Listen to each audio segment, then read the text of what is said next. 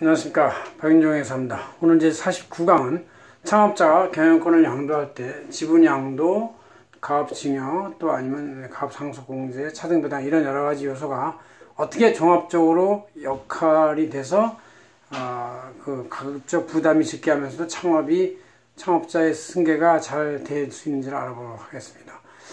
자, 창업자들은 이 자기가 창업한 기업을 자식같이 여기기 때문에 언젠가 계속 승계되기를 해서 계속 발전하기를 원하는 것이죠. 그러나 잘못했으면 이제 붕괴될 수가 있어요. 그래서 붕괴되면 그동안 자기가 거기 쌓았던 기술, 또 애써 모았던 인력, 또 그 안에 있는 시설 모두가 다 고철덩어리가 됩니다.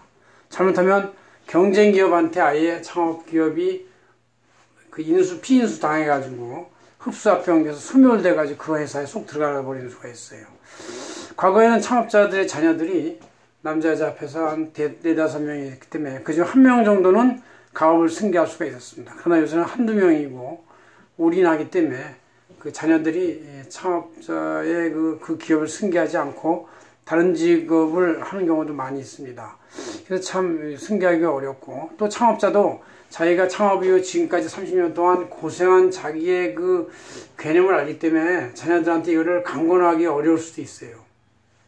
몽고족이 빠른 시간 내에 세계 대제국을 건설했으면서도 또 200년 만에 금방 망한 이유 중에 하나는 이 승계자를 미리미리 세자 개념으로 정하지 않고 그 보스, 즉 징기스칸이나 이런 그 칸이 죽으면 그때 이제 부족들이 모여가지고 후계자를 결정한답니다. 그러다 보니까 분쟁이 발생할 수가 있고, 그래서 결국 몽고족은 단명하게 된 원인의 하나가 된다고도 역사가들 말합니다.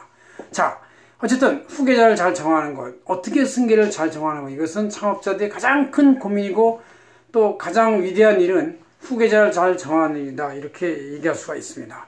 자, 후계자를 정하는 일에 가장 중요한 것은 철학적인 문제, 인간적인 문제지만 저는 그런 전문가가 아니니까 세제상의 문제에 대해서만 얘기하도록 하겠습니다. 창업자가 성공을 해서 은퇴를 할 때 계속 기업이 되기를 원하겠죠. 그러나 잘못하면 붕괴됩니다. 남한 경쟁자한테 뺏기는 경우도 있어요. 자, 창업자가 경영권을 승계시켜준 방법에는 일단 타인에게 경영권 주식 51%를 또는 최대 지분을 매각하거나 승계시켜주는 것이고, 나머지 일부 주의 수준은 이제 자녀한테 가거나 그냥 남기는 방법이 있죠. 그럴 때 이제 이 지분을 남한테 팔 때는 양도소득이 되는데, 대부분의 기업이 중소기업이기 때문에 세율은 10%가 됩니다. 중소기업이 아니면 20%가 되고요. 양도 차익에 대해서. 단기 보유한 주식에 대해서는 30%가 되는 것이죠. 그러나 이거를 만약에 아예 전액을 배당받았을 때, 배당받으면 기업 가치가 없어지니까 배당받았을 때 최종 유효세율은 약 법인세까지 종합소득 다 합하면 최종 한 50%쯤 됩니다. 40 내지 50%쯤 또.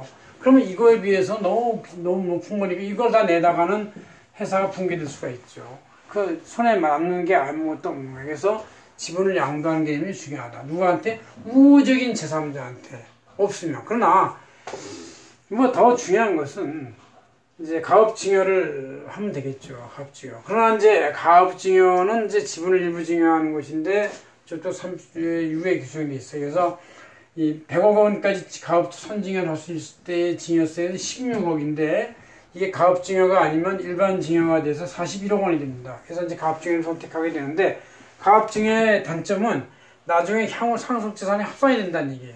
선증여하는 것도. 그런 게 하나의 단점이 있고.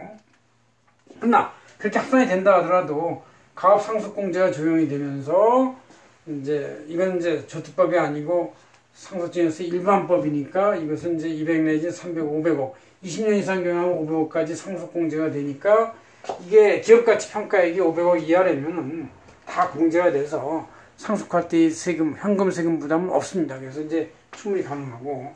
그러나 자녀가 이제 가업증여를 받은 다음에 창업자의 경영 지분은 이제 때때로는 자기 주식 취득을 해버리거나 회사 갖고 있는 거예요. 그러면 이제 지분이 남한테 안 가니까 회사가 계속 굴러갈 수가 있어요. 그러나 자기 주식은 언젠가는 이제 타이한테 가야 되니까 이건 이제 한시적인 방법이고, 우리 산 조합한테, 직원들한테 이제 주는 방법이 있고, 사내 근로복지기금에 증여해서 이제 하는 건 증여세가 없습니다. 사내 직원들한테 일부량 증여하면 증여세는 있어요. 증여세는 있고 이렇게 한 방법이 있다는 얘기죠. 그래서 타인한테 양도하거나 가업 지분을 선증여하거나 나중에 가업 상속공제를 받는 방법 이 세 가지가 있는데 중간에 이제 우리가 그 가업 지분을 하고 나서 차등 배당을 할 수가 있어요. 자녀한테 차등 배당을 하면은 일반 대주주인 창업자의 배당을 자녀한테 차등해서 우선 배당 많이 추가 배당해 주는 거니까 그것이 일반적으로는 증여의 개념이죠. 증여의 개념인데도 불구하고 증여세 내지 않고 배당에 대한 종합소득세만 내면은 그걸로 이제 종결시켜주는, 즉 종합소득세, 자기에 대한 종합소득세와 증여세의 두 단계를 한 단계로 생략해주는 그런 좋은 개념이 됩니다. 그래서 차등 배당을 활용할 수가 있다. 증여세 없이 배당소득세만,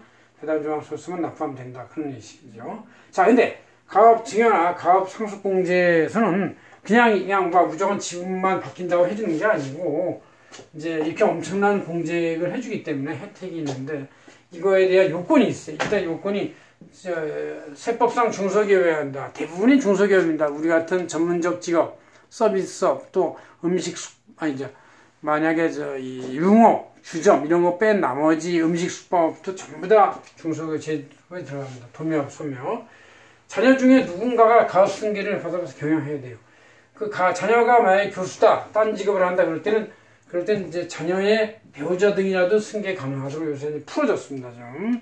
그래서 자녀가나 배우자가 5년 내 대표에서 취업을 해서 취임을 해야 되고 가능하다 이런 얘기죠. 그래서 해야지 여러분들이 이 창업자가 자기의 기업을 영속성 있게, 즉 고잉 콘선으로 가려면 이것이 승계기획이 잘 마무리되어야 한다. 승계가 자기가 생전에 건강하고 판단이 있을 때 해야지, 자기가 거의 15인간이 돼서 쓰러져서 아무 말도 못할 때는 그때 이미 판단력이 흐려지고 회사가 잘못돼서 이 사내에서 많은 여러 가지 분파가 생기고 이합집산이 생겨서 그 기업이 갈갈이 쪼개지는 경우가 생길 수가 있습니다. 그걸 막기 위해서 철저히 가업 증여 방법, 사전 증여에 의한 가업 증여 방법, 아니면 가업 상속, 아니면 지분의 승계, 위탁, 아니면 사내근로복지기금, 우리사회조합 등등의 여러 가지 방법을 통해서 여러분들이 활용하시면 아주 안전하게 기업이 승계돼서 영구 종속적인 기업으로